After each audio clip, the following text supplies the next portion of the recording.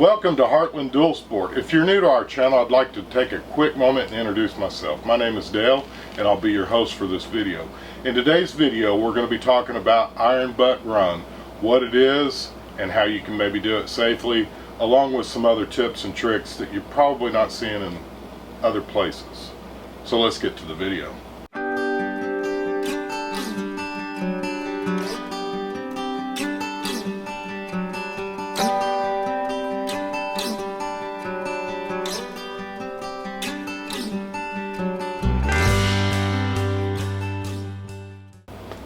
Again, thanks for tuning in to Heartland Dual Sport. In today's video, we're going to be talking about making an IronBut run. Number one, what is it? Well, there's actually a qualification for it, if you will, and there's actually a website, and I may have a link down below and I may not. It depends on how much free time I get. But you can Google it, and they've actually got a website, and essentially what you have to do to qualify for the IronBut run is you have to make a minimum of 1,000 miles in a 24-hour time period. Had a little bit of a change of plans. I don't know what it is, and it doesn't really matter. But here's what we're going to do today. You know, we've already done one video about the long-range comfort of the KLR. If you look at my GPS, it's showing 2241 as the destination. I'm roughly 1,150 miles away from home, and I'm heading home. We did a little over 1,100 miles, and if you actually Google it, I think it's a little bit further than that if you go by Google Maps on our run. And as far as I know, we are the first ones to have made that run with the 2022 KLR Adventure model. We'll go through a list of things to think about to kind of help yourself. But number one, you want to make sure that you're in good shape and that you're ready for a ride like this. Making a ride like this is nothing like doing a 350 or 500 mile day. And it is going to take you quite some time, especially if you're on the KLR. You want to make sure that your bike is prepared and actually able to make a trip like that, because it's not only hard on you, it's hard on your bike. Pack as light as you can. Again, this is a hard run, and it's not easy on your bike or your body. What I typically did when I was making this run home is I stopped every 100 to 150 miles and closer to the 150 mile mark, because every time you make a gas stop, you need to be hydrating, you need to top off your gas tank, you need to be double checking to make sure that your engine oil level is right, double checking your tires, make sure you haven't hit anything or have any kind of problems with your bike every time you stop. And you're also going to at some point have to figure out a way to eat while you're doing this as well. As we get later into the video, we're going to talk about some of the stressors, and especially when we're talking about fatigue. That is extremely huge, and at some point Red Bull's not going to cut it, caffeine's not going to cut it, and you've got to figure out a way to keep yourself awake. Which brings us to one of the biggest points that I feel like is probably the most important point to be able to make a run like this as effectively as you can. You've got to, number one, you've got to have a lot of motivation. You've got to have motivation, something that your heart desires to even make this possible. My wife, when I went to March Moto Madness back in 2016, when I was in Tennessee, my wife got in a car crash. Somebody ran into her and hit the truck. And I would call on her every day and check on her. And she never once mentioned it while I was gone. And when I got home, she explained to me what happened, and she basically said, I did not want to ruin your trip, and me telling you that I'd been involved in an accident wasn't going to change anything here at home, and you still had several days left at your trip. Now, with that said, we're going to fast forward to this trip to Wilmington. By the time this video airs, you already know I went there to see my daughter. That was the biggest motivator of the trip. And it was basically the day that I was planning on leaving anyways, to start heading back home. And my trip, originally I had it planned to do 3 or 4 days coming home. If you watched Jess coloring in some of the states, I was going to go up through Kentucky. It was going to color in Kentucky and maybe hit Idaho or whatever, and color in a couple more states and just make a loop back around. And in my mind, if I went a little bit north of I-20, I was watching the weather. It was 10 degrees cooler at night in a lot of these places, which would have made the camping for a couple of days at least better instead of hot all 3 or 4 nights. My wife's aunt passed away. She called me and told me about it. And I asked her how she was doing, and she said she was doing fine. Here's what happened later in the day. With the advent of FaceTime, our daughter and mama, are FaceTiming. And I could actually see the look in Angie's eye when she was telling the story and saying she was okay. And that she didn't want me to come home, and that she just wanted me to continue on my journey and finish up the trip and go through marking off the states like I had. When I got up that Wednesday morning, I had every intentions of doing my moto camping. Before I got even into Kentucky, because I left Wilmington headed northwest, and I stopped at that 80 or 100 mile mark to get fuel like I always do, and that's when it actually hit me. It made me realize I needed to be home with Angie and take her to her aunt's funeral. It's the backstory, and you understand where I'm coming from and why I'm giving you some of these things to think about. That was my motivation to get home, was to get home and make sure that I can take my wife to the funeral. Here's some things that you're not going to hear other people talk about in their videos, or if it ever has been, I've never seen it. I purposely didn't tell my daughter that I was going to make this trip home. I purposely didn't tell my other daughter I was going to make this trip home. I didn't mention it to Angie, and as you guys know, he's like a brother to me. And throughout the entire trip, everybody in the family, including Renee, are periodically watching me on Find My Friends or Live 360 and or looking at the Spot, because you can watch me on Spot as well. It didn't take very long that David and Angie both knew I'm getting real close to, I'm running down, I believe it was Interstate 95, and it's taking me obviously southwest, and my goal is to hit I-20 and just keep going west and head back into Texas. And it didn't take very long in the day, and Angie and David both were like, you're not going to make it to Kentucky on that road, headed that direction. So at gas stops, I'd just kind of teasingly say, no, I'm not going to make it to Kentucky. I know at one point Angie even said, please tell me you're not trying to make a complete straight run home. Please tell me you're not doing that. And of course I replied no. Because I wasn't going to try to do it. Exactly. I wasn't trying at all. He was doing it. It was going to happen. I've got to brag on Georgia drivers. I'm headed through Georgia, and I'm going through a thunderstorm. I don't know what interstate I'm on, but it's a bigger town in Georgia. It's raining cats and dogs. It's raining so hard. I remember, and I'll never forget this, I'm going underneath an overpass, and I look over, and there's 3 motorcycles on the right-hand side up underneath this overpass. And they obviously are watching me, and you could watch them just like Buster watching the tennis ball as I went by, and I waved. I got out from underneath that overpass, and that's when it started hailing. It was hailing anywhere from, I'd say, dime to nickel size hail. I've got to brag on the KLR little handguards. They did a great job protecting my hands. I was in full climb riding gear. I did not get wet, and my helmet, which you guys can possibly see in the background, is a Nex. I didn't get wet. I didn't get damaged. It didn't crack my face shield. I did use what you would call a roost protector or a sun visor, but I did have to use the roost protector to keep the hail from basically hitting the windscreen of the helmet. And of course, nobody knows that I'm riding through hell except for me and the good Lord up above, but my wife and David are fully aware that I'm riding through some bad thunderstorms. But here's the most beautiful thing that I did see.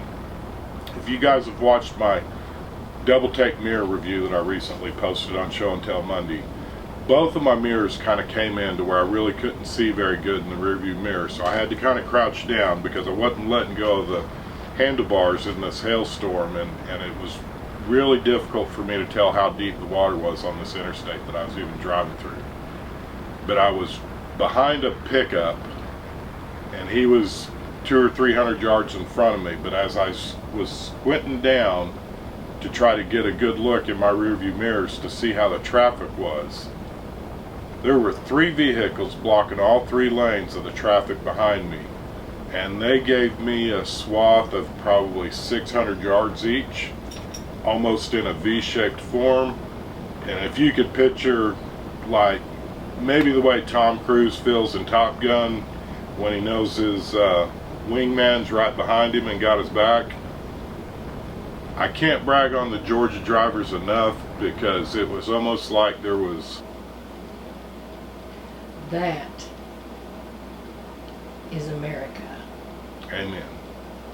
It was like 3 guardian angels. Yep. Making sure that if I went down in this awful thunderstorm, they were going to protect me. And that's exactly what it felt like. After I got through this storm, it was like I was the pace car for the Indianapolis 500, and as soon as the roads cleared, every car that was behind me was a steady going on around me. Several people waved, and you could tell they were saying, "Good luck, mister. I don't know where you're going, but it's obviously important for you to ride through all this nonsense," because, like I said, the other bikes that I did pass were underneath underpasses. Riding motorcycles is inherently dangerous. When you start trying to push yourself and make a run like this, those risk versus rewards go way up. You're probably not going to hear, unless it's an older gentleman telling you the story, a trip like this is dangerous in ideal situations. What I did not think about as much during the trip as I did by the time I made it home was the amount of worry that I'd caused everybody in my family who was watching me on the way home, because they were watching me as well. So take that with a grain of salt. I want to throw it out there. If you're thinking about making an IronBut run, it's things you need to think about, because there's a lot more than just yourself, your bike, and your gear. There's a lot more people going to be affected by a decision for you to make a run like this. I'm just saying, it's as hard on your family as it is you. So bear that in mind if you decide to make a run like this. Again, guys, we appreciate your likes, comments, and subscribes. I think that's about all I can really say about this IronBut run. I think it is a challenge. It's a pretty well-known challenge. I've known about it for a lot of years. I've been riding for a long time. I've made some long runs.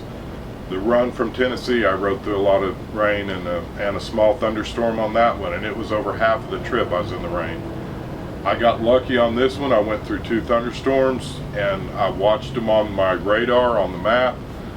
Again, guys, if you like our video, give us a big thumbs up. If you think there's been anything beneficial in this video that you think others could potentially learn from, please share our video with them.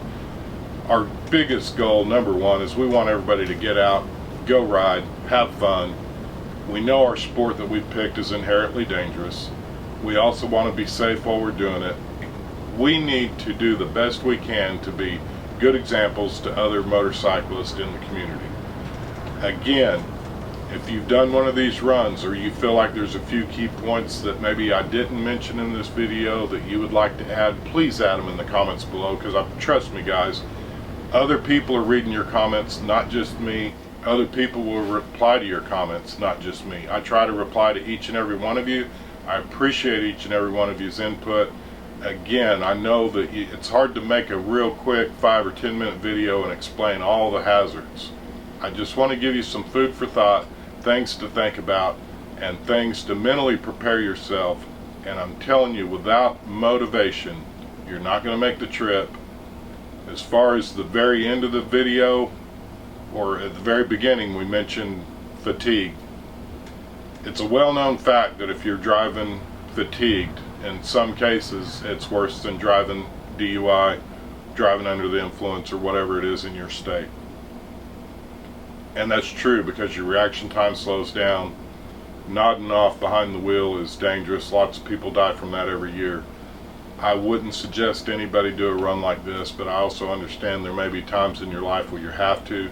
Just make sure that you're mentally aware of the challenges ahead of you, because you can't foresee all of them by any means.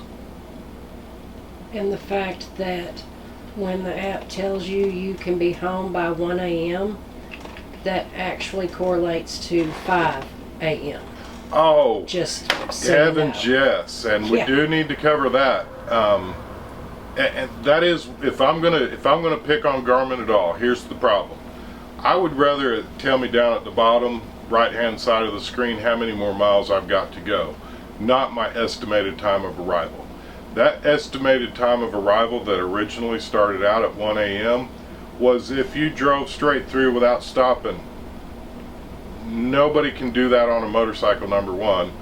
Even if your gas tank was big enough, you couldn't do it, just simply for fatigue issues and needing to get off and stretch.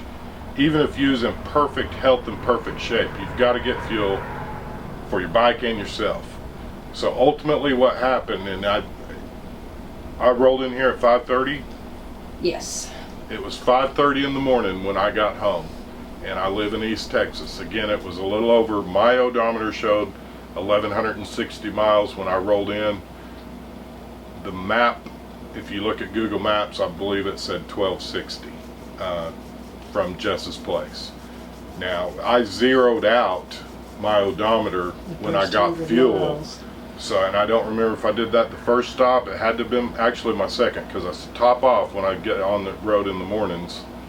So that first 100 or 80 or 100 miles wasn't showing on my odometer, because I zeroed it out when I was talking to the UPS driver, because at the moment I was still planning on going to Kentucky. After talking with him, I changed my mind. But that is something to think about when you're looking at the app, is it's going to give you an estimated time of arrival. That is not including any break at all. And those breaks add up real quick if you're trying to make this run. Again, guys, we appreciate your likes, comments, and subscribes. I hope that you've enjoyed this video. I hope that there's been some information that you found informative that you could take with you and maybe apply to your riding. Again, we appreciate your likes, comments, and subscribes. May you have a blessed week. And let's go ride.